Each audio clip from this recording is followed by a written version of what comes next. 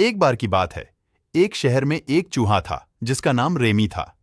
वह एक होशियार और उपायुक्त चूहा था जो हमेशा यह ढूंढता रहता था कि वह इस कंक्रीट जंगल में कैसे जीवन यापन कर सके।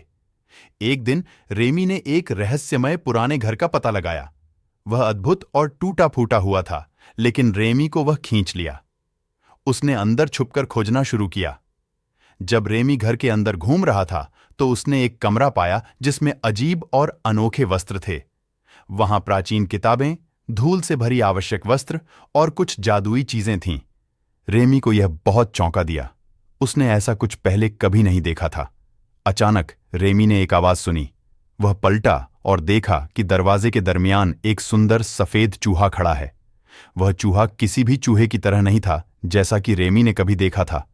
उसके बाल लंबे और चमकदार थे और उसकी आंखों में उज्ज्वल बुद्धिमत्ता थी। तुम कौन हो? रेमी ने पूछा। मैं मिस्टीक हूं, चूहा ने जवाब दिया। मैं इस घर की संरक्षिका हूं।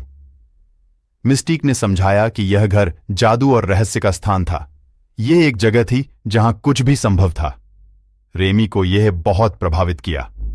उसने हमेशा से एक ज्यादा रोमांचक जीवन का सपना देखा था और अब ऐसा लग रहा था कि उसका सपना पूरा हो रहा है। रेमी और मिस्टीक तेजी से प्यार में गिर गए।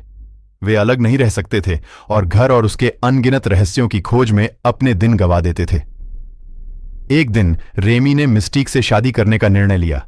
उसने उसे घर के सबसे जादुई कमरे में ले जाया। वहां तारों और चमकती हुई रोशनी के साथ भरपूर कमरा था। मिस्टीक, रेमी ने कहा, क्या तुम मेरे साथ शादी करोगी? मिस्टीक मुस्कुराई। हां रेमी, उसने कहा, मैं तुमसे शादी करना चाहती हूं। रेमी और मिस्टीक एक छोटे से समारोह में शादी के बंधन में बंधे, जिनके चारों ओर कमाल के जादुई वस्त्र होते थे। वे दुनिया के सबसे खुश प्राणियों में थे। शादी के बाद रेमी और मिस्टीक घर और उसके रहस्यों की खोज जारी रखते।